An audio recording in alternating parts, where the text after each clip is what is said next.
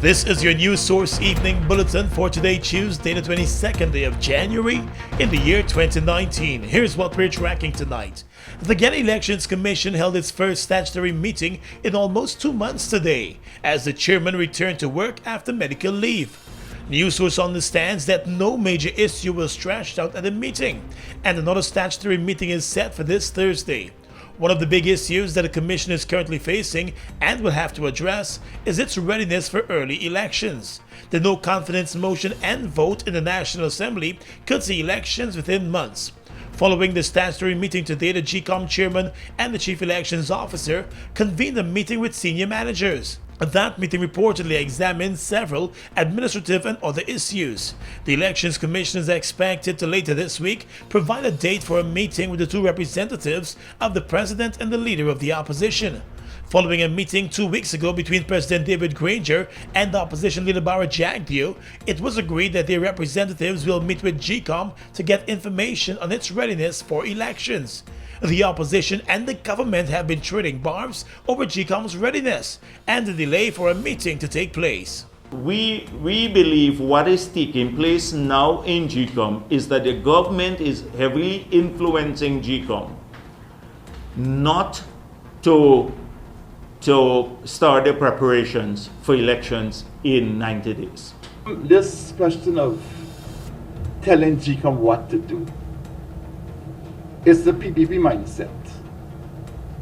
And it's a mindset which seeks to suggest that independent agencies can be dictated to. That we can go to the court and ask the court to expedite this matter. That we can go to Gcom and tell Gcom, look, cut short your processes. That is not the way it is done. These are independent entities and agencies. And all the whips were asked to do was to make an inquiry into Gcom as to their operational readiness to deliver an election. They cannot tell Gcom how to do its work. We cannot tell Gcom how to do its work.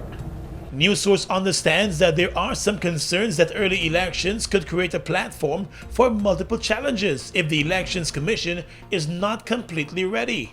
It was just last November that the Elections Commission hosted local government elections.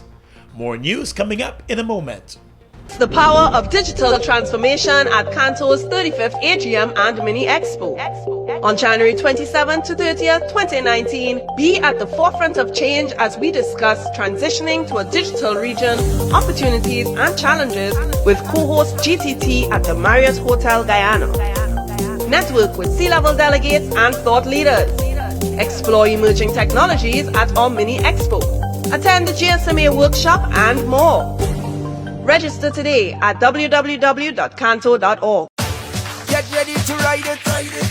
Ready to ride it, ride it, ride it, ride it, ride it, ride the wave. Open up the new vibe, drink up the boldness inside. Radical and fresh and wild. Catch the wave now. Ride bold, ride fresh, ride strong. Come on, ride the wave. Taste the action, satisfaction, perfection. Wave, wave, wave.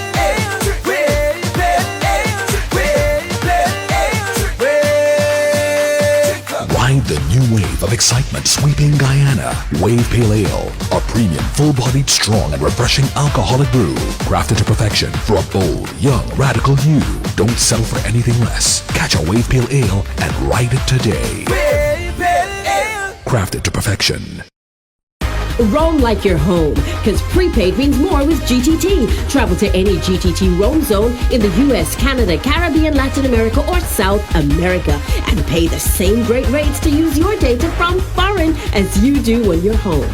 With GTT, prepaid means more, so roam like you're home with GTT, Guyana's preferred roaming network. Welcome back. The largest party in the coalition government, the People's National Congress Reform, is making it clear that President David Granger will be the coalition's presidential candidate for the next elections. Mr. Granger is also the leader of the People's National Congress and the chairman of a Partnership for National Unity. In a statement, PNC General Secretary Amna Ali said the party and the rest of Guyana are fully aware of Mr. Granger's competence, his principles, and his vision for the country, adding that all are also well aware of his discipline and in no way could he ever be deemed as a corrupt leader. Ms. Ali said the president continues to possess the necessary qualities that are required to be a country's leader, and he has constantly been active in cleaning up what she called the 23 years of mess which had Guyana in a state of total disrepair. The General Secretary said despite the rumors and orchestrated approach to filter untruths, whether they are on his health or competence, the People's National Congress reform would like to indicate that the president is ready for a second term, and the PNC reform is offering him its full support. The president is currently undergoing treatment for non-Hodgkin lymphoma. His Cuban doctors have said that he continues to respond well to the treatment and should make a full recovery. The president has already completed most of the treatment cycle. Still in the world of politics, as the dust settles following the election of Irfan Ali to lead the People's Progressive Party into the next elections, two of the former hopefuls for that same position have revealed that they preferred Anil Nandlal for the top spot. In Facebook posts last evening, both Dr. Frank Anthony and Dr. Vindya Prasad revealed that after they withdrew from the presidential candidate race, they threw their support behind Anil Nandlal for the top spot of presidential candidate. Nandlal is a former attorney general and was considered the front runner in the race. In his statement about his withdrawal, Dr. Anthony revealed that he felt he did not have a clear majority of votes to win. He decided that it was appropriate to withdraw and give his full support to Anil Nandlal. He said he wants to assure the citizens that in the circumstances, it was the right decision to make. In her statement, Dr. Vindya Prasad said she withdrew on the day of voting on account of insufficient support from the 35-member Central Committee. She said she supported Anil Nandlal in a two-man race, and her decision came after the withdrawal of Dr. Frank Anthony and Gil Teixeira. The two executive members of the opposition party said they have been bombarded with messages and inquiries about their decision to withdraw from the race and thought it best to offer their explanations.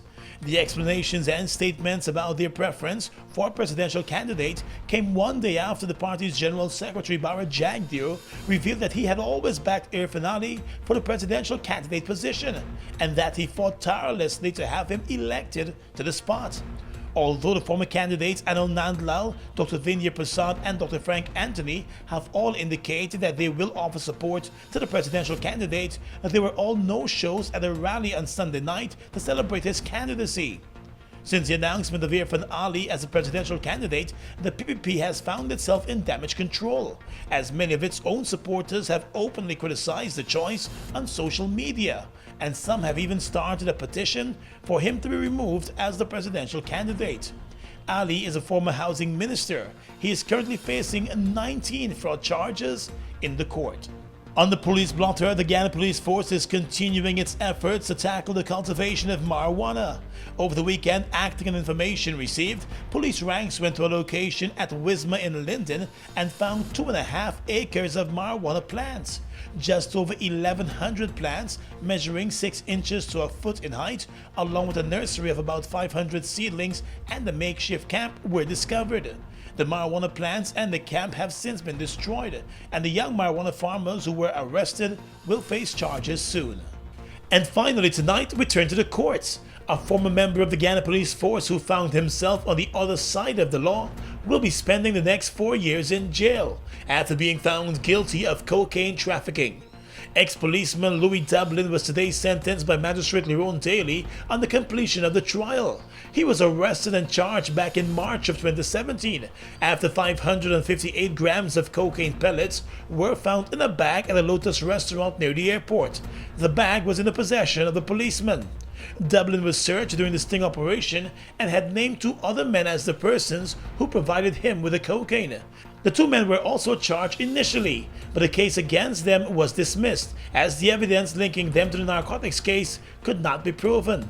The ex-cop will begin his sentence immediately. A 23-year-old suspected fraudster was remanded to jail yesterday after being charged with committing a $1.2 million fraud on a local commercial bank. The accused Miguel Dino appeared in court as a prosecutor explained to the courthouse that on the 3rd of January, the man forged a check in his own name linked to an account belonging to USAID. He was reportedly able to cash the check at Citizens Bank, and the bank only became aware of the forged document when it contacted the organization to verify some additional information, and was told that the organization had not issued any check to the man. An investigation was immediately carried out and the suspect was arrested after those investigations revealed the security video recordings. In court yesterday, the accused entered a not guilty plea to the charges, but was still remanded to jail. His next court appearance will be on the 4th of February. And that's your News Source Evening Bulletin for tonight. I'm Gordon Mosley, reporting.